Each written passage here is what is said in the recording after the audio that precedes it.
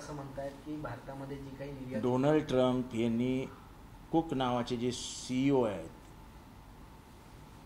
ॲपलचे, त्यांना सांगितलं की भारतात थांबण्याची काही गरज नाही, भारतात उत्पादन वाढवण्याची काही गरज नाही, तुम्ही अमेरिकेत वाढवा. आता मार्केटचा विचार केला, बाजाराचा विचार केला, तर भारतीय लोकसंख्या आणि भारतात वापरण्यात येणारे आयफोन किंवा कुठलीही वस्तू ह्याची युरोपपेक्षा मोठी बाजारपेठ भारत आहे. त्यामुळे साहजिकच आहे कुठल्याही कंपनीला भारतामध्ये आपलं उत्पादन असावं असं वाटणारच. त्याच्यात आयफोननी काय असं नाविन्यपूर्ण काही केलं नव्हतं. आयफोनला असलेली प्रचंड मागणी आणि भारतातला बाजार या दोन्ही गोष्टींचा विचार करता आयफोनला हा सौदाच फायद्याचा होता. पण ट्रम्पनी असं सांगणं हे आश्चर्यकारक, धक्कादायक आहे. प्रश्न एवढाच आहे की डोनाल्ड ट्रम्प हे व्यापारी बुद्धीचे अध्यक्ष आहेत आणि ते भारताचे मित्र आहेत की शत्रू आहेत. म्हणजे भारतामध्ये एखादा प्रकल्प येत असताना त्या मालकाला, त्या CEOला सांगणं की तुम्ही जाऊ नका, काय गरज आहे, हे फक्त शत्रूच करू शकतो आपला. हे आपलं हित जोपासण्याचं काम ट्रम्प करत नाही, तर आपल्या हितामध्ये बाधा आणण्याचं काम ट्रम्प करतोय. हे धोकादायक आहे, धक्कादायक आहे. पंतप्रधान नरेंद्र मोदी याबाबत अजून काही बोलले नाही. त्यांनी बोलावं की न बोलावं हा माझा प्रश्न आहे. प्रश्न मी एक अभ्यासक म्हणून बोलतोय की भारतामध्ये त्याची बाजारपेठ असताना, भारतामध्ये एक उत्पादन, त्याचं प्रोडक्शन हे सगळं येत असताना एका राष्ट्राध्यक्षाने भूमिका घ्यावी आणि तसं जाहीररित्या बोलून दाखवणं, म्हणजे ही मुत्सद्देगिरी म्हणता येईल का, ही डिप्लोमसी म्हणता येईल का, तर मला तरी नाही वाटत. त्याच्यामुळे मोदींनी काय बोलावं हा त्यांचा प्रश्न आहे, हा माझा प्रश्न नाही. मात्र जे ॲपलचे CEO आहेत त्यांनी त्यांना स्पष्ट नकार दिलेला आहे. नाही, त्यांनी नकार दिला हा त्यांच्या कंपनीचा पॉलिसी आहे. त्यांना भारता एवढं मोठं मार्केट कोणीच नाही आहे. भारताने ठरवलं की आयफोनवरती बंदी घाला आणि आयफोन बाजारातून विकत घेऊ नका, तर आयफोनला मोठं नुकसान होईल. मी जसं सांगितलं की अख्खा युरोप आणि भारताची बाजारपेठ हे दोन्ही एकच आहेत.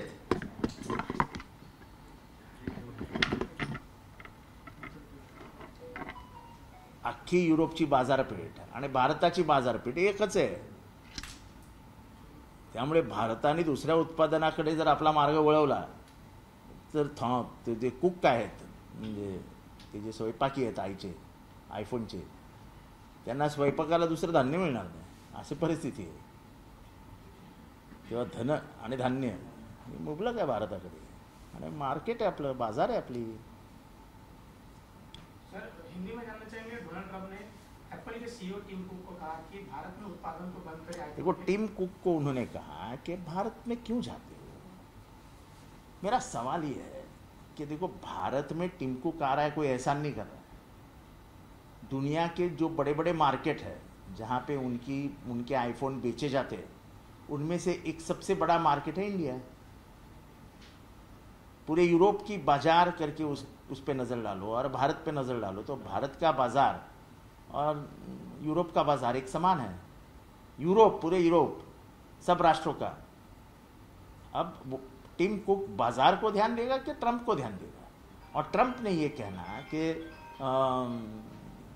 ये बंद कर दो, तुम जाओ मत. मुझे लगता है ये ट्रम्प हमारा दोस्त है, दुश्मन है, राष्ट्राध्यक्ष है कि हमारे दुश्मन के गिरोह में शामिल हो गया है.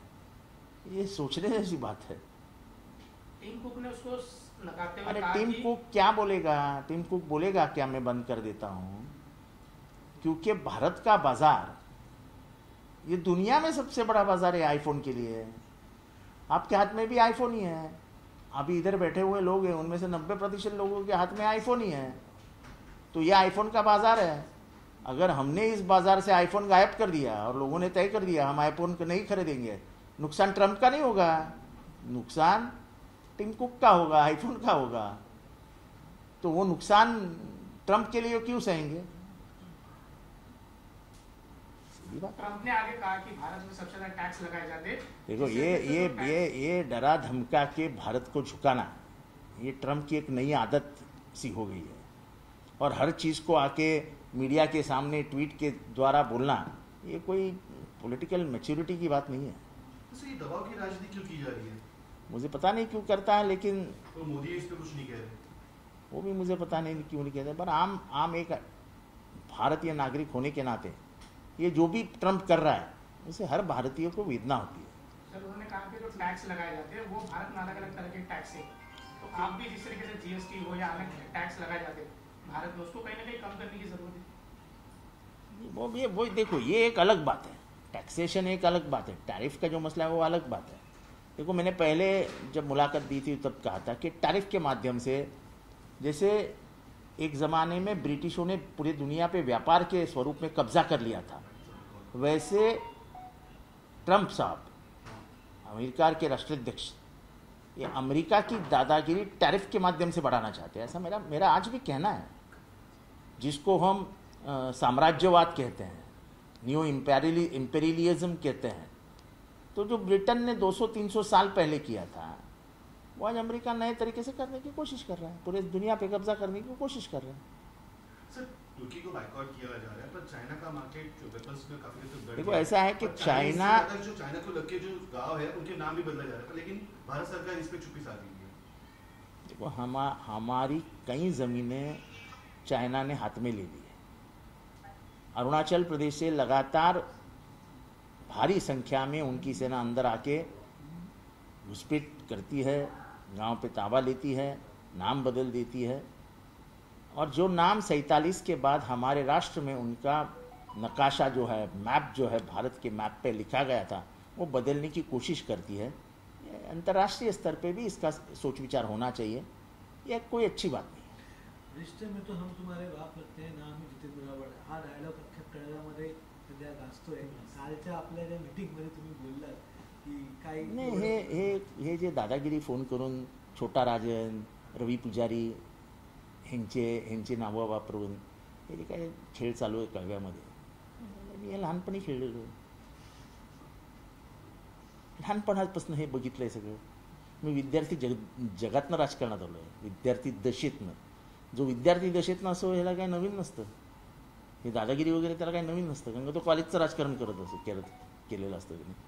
त्याच्यामुळे हे बालिशपणा करत आहेत, याच्याकडे लक्ष देण्याची काही गरज नाही सगळं। आणि भाषणं तर होतच राहतात ना, भाषणं तर करावीच लागतील मला। कोणत्या गोष्टीसाठी असे कॉलेज आहेत आमच्याकडे या, किंवा ते काय जे काय असेल ते, कोणाकडे जात नाही हो लोक, काय अशी लोक टेलिफोनवर हलणारी लोक नाहीत कळव्यातली। जाऊ द्या, कुठे काय प्रश्न नहीं, मेरे को नहीं आती है, मेरे को कोई धमकी विमकी नहीं देता है, मुझे कोई गैंगस्टर विंगस्टर धमकी नहीं देता है। मैं गैंगस्टर क्या गैंगस्टर, मुझे ऐसी धमकियाँ नहीं है। निवडणूक आयोगापासून शरद पवारांनी ज्यावेळी युपीचं सरकार होतं त्यावेळी शरद पवारांनी नाही, मला मी तेव्हा लहान कार्यकर्ता होतो, त्यामुळे मला इतकी अंतर्गत माहिती नाही आहे, आणि ज्याला कोणी असेल त्यांनी जर ती सांगितली असेल तर त्याच्यावर मी भाष्य करूही शकत नाही, मला काही माहितीच नाही त्याच्यातली। जी मला गोष्ट माहिती नाही ते प्रश्न मला विचारून काय फायदा, आणि मला जे माहिती असतं ते मी कधी लपून ठेवत नाही। सर निवडणूक आयोगापासून ते देशातील सर्वात खालच्या पोलीस स्टेशनपर्यंत भाजपचं नियंत्रण ठेवण्यास सक्षम आहे असं पी चिदंबरम म्हणतात। ते सगळ्यांना उघड्या डोळ्याने दिसतंय, तुम्हाला दिसत नाही, तुमच्यावर नियंत्रण नाही। घाबरतं की नाही नोकऱ्या जाणार म्हणून, मग कसे लोक आम्हाला प्रश्न विचारताय? आपल्याच मनाला प्रश्न विचारा की काय चालू आहे, ते प्रश्नाचं उत्तर तुम्हीच द्याल आम्हाला। सर भाजप आणि शिवसेनेनंतर सोमवारी तुमच्या देखील महापालिकेमध्ये जनता दरबार असणार आहे। नाही, जनता दरबार म्हणजे काय, आता महापालिकेने आपली चांगली सोय केली आहे लोकांना बसण्याची, येऊन प्रश्न सोडवण्याची, तर त्याचा फायदा मी सुद्धा घेणार आहे। त्याच्यात काय, कोणी यावं जनता दरबार घेवा, महापालिकेची वास्तू मिळतेच आहे तर त्याचा वापर करावा। तुम्ही आधी मागितलं जनता दरबार, त्यावेळी महापालिकेकडून नाही सांगितलं होतं, परवा नाही, मला कोण घेतो कोण घेत नाही याचा काही संबंध नाही। आमच्या अध्यक्षांनी मला सांगितलं की साहेब सोमवारी घेऊया। एबीपी माझा, उघडा डोळे बघा नीट।